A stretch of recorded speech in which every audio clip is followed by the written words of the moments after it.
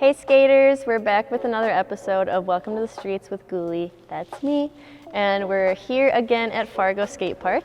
On today's episode, we're going to be talking about gaps.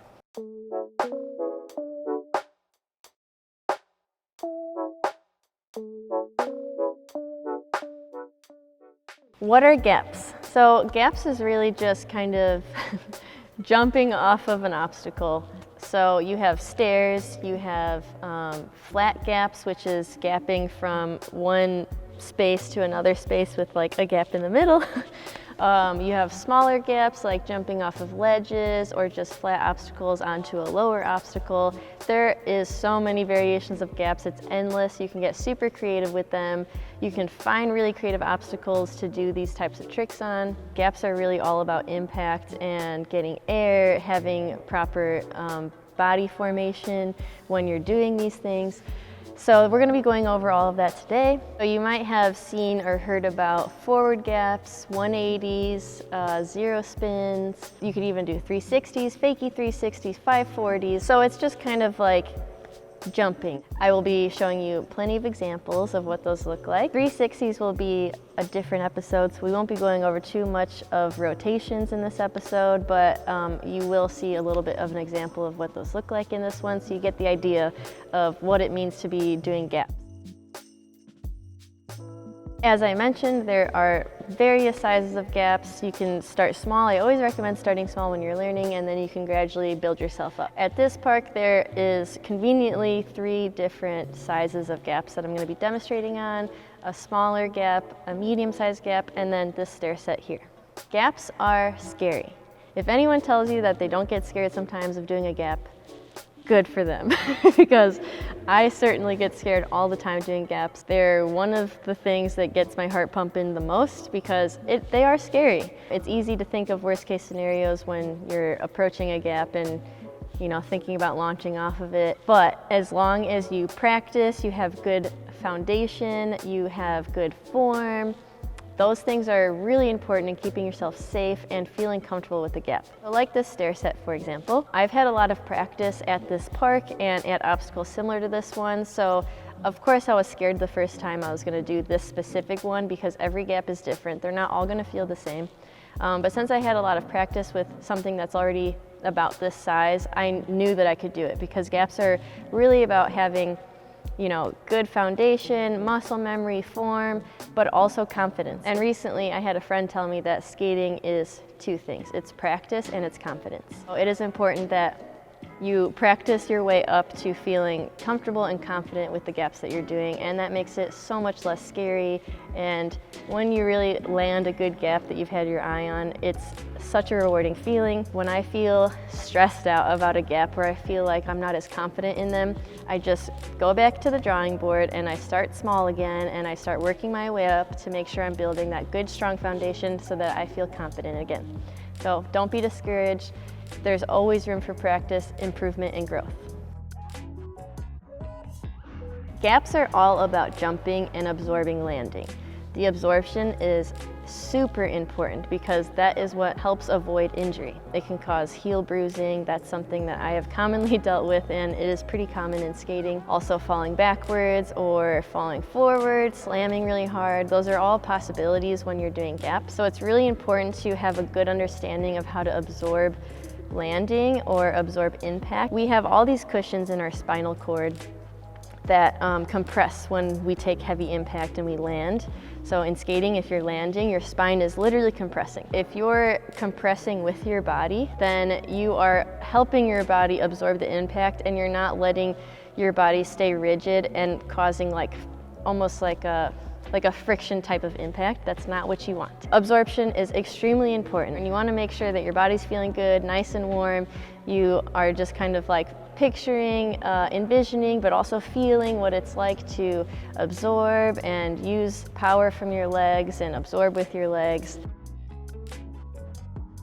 I'm going to be talking about specifically three types of jumps off of gaps, and that's going to be the forward air, the 180, and also the zero spin. So a forward air is you are starting out forward and you land forward, so you're forward the whole time. A 180 would be you're approaching the obstacle forward, and when you jump off, you're rotating 180 degrees and you're landing fakie. And then the last one is zero spin, so you're approaching fakie, and then when you're airing, you land fakie as well. So you stay fakie the whole time. To warm myself up for these tricks, I like to skate around for a little bit, make sure that the blood's circulating, my body's starting to feel nice and warm and loosened up. And then I start with some squats, because absorbing impact and jumping is a lot of similarities to squatting. So I do enough squats where I feel like my body is used to the movement, it's feeling good and strong, feels comfortable.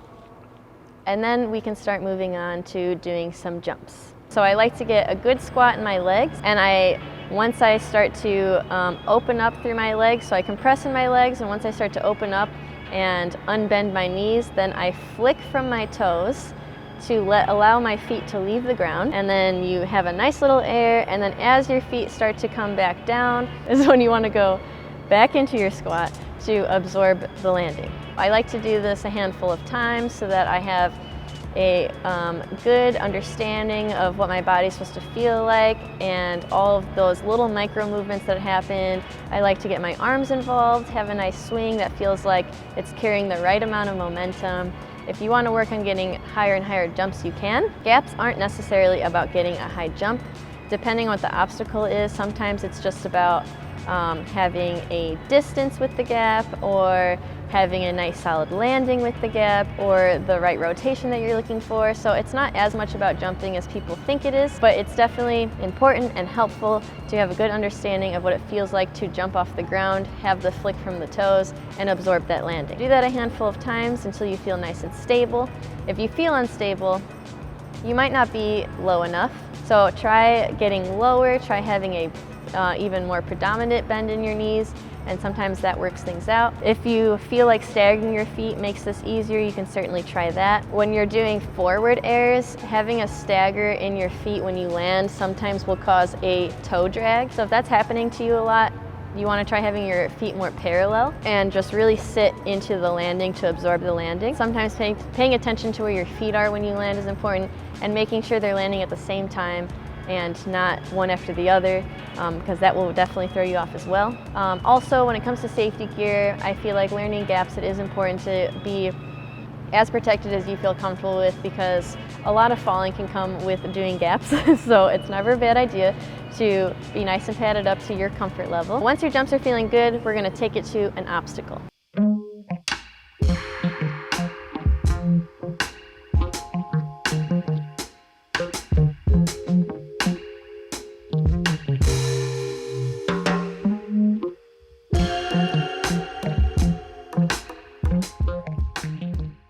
Skating on an obstacle sometimes feels a lot different than starting to jump on flat ground and absorbing the landing.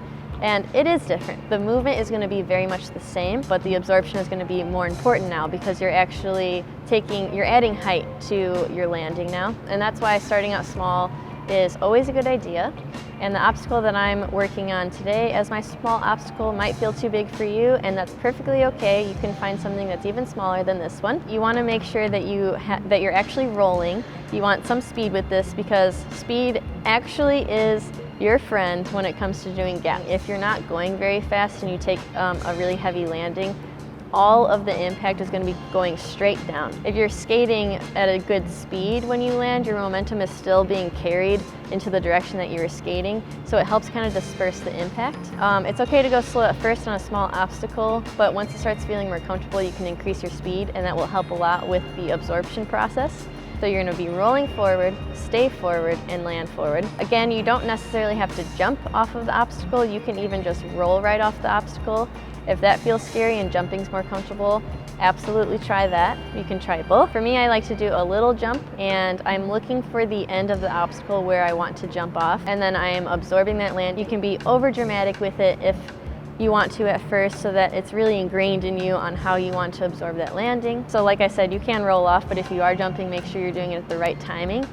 Usually our bodies and our brains will kind of instinctually do it at the right time, but if you feel like you're jumping too early or jumping too late, Sometimes you can film yourself, see what you're doing wrong, see what your timing is like, and then just tweak those small things. So now that we've gone over forward airs, we're going to start talking about the 180. Much like what we practiced on the flat ground, we're going to be doing the same type of practicing on flat ground, but we're going to be adding a rotation to our practice. A 180 is really going to come from your head and your shoulders. When you turn your head and your shoulders in a direction, the rest of your body tends to want to follow. You're going to be compressing your body in the same way that you were for the forward jumps that we were practicing, but now instead of jumping and landing back forward, when you lift your feet off the ground, so once you flick from the toes, you're going to rotate your shoulders, turn your head, look where you want to be landing. So when I jump, I like to turn my head and look at the opposing wall that I'm going to be facing when I land, and the rest of my body will follow. With 180s, it's a lot more common to land too far forward and tip onto your toe stops. So if that's happening to you, instead of compressing by bending your hips forward and tipping your back forward, and that will cause you to tip forward. So make sure that you're really centered, you're squatting and sitting down into the landing and not just bending forward. If you're having trouble with the 180, you can certainly try not jumping as much and just focus on the 180, or even staying on flat ground with your feet on the ground, just turning your shoulders and head and seeing what the rest of your body does.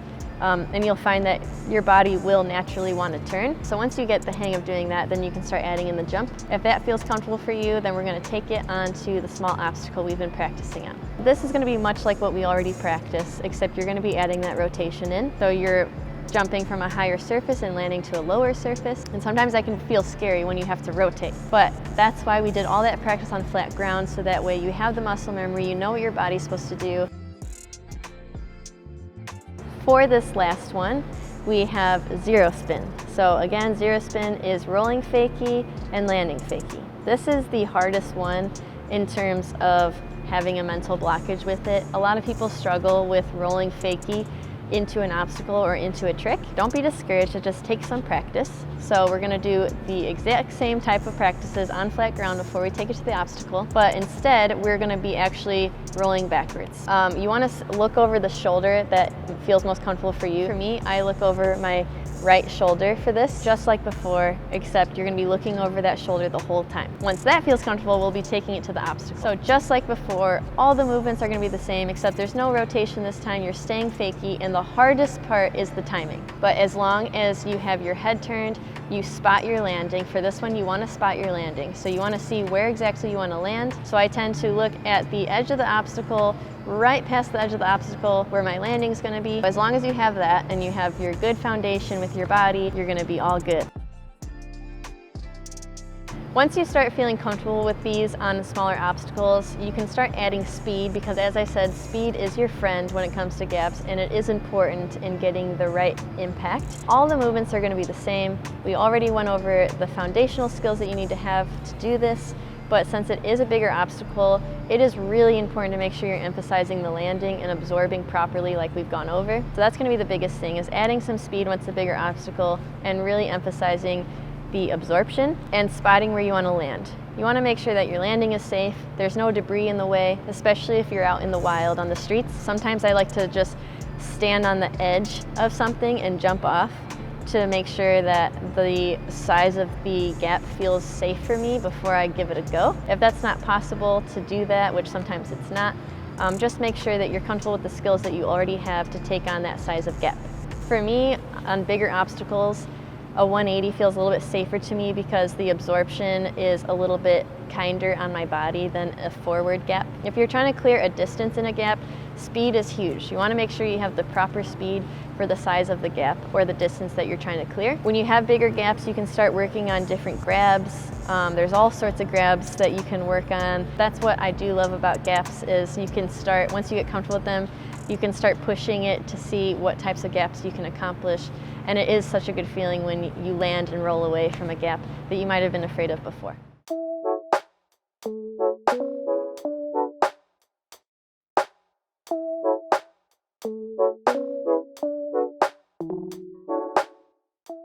As always, if you feel like you have a tip for another viewer that I haven't mentioned, please put it in the comments below and let me know if there's any other tutorials you would like me to go over in this series. I hope these tips were helpful, You can follow Moxi Roller Skates on Instagram or subscribe to be notified of the next episode of this series. I look forward to seeing you next time on Welcome to the Streets.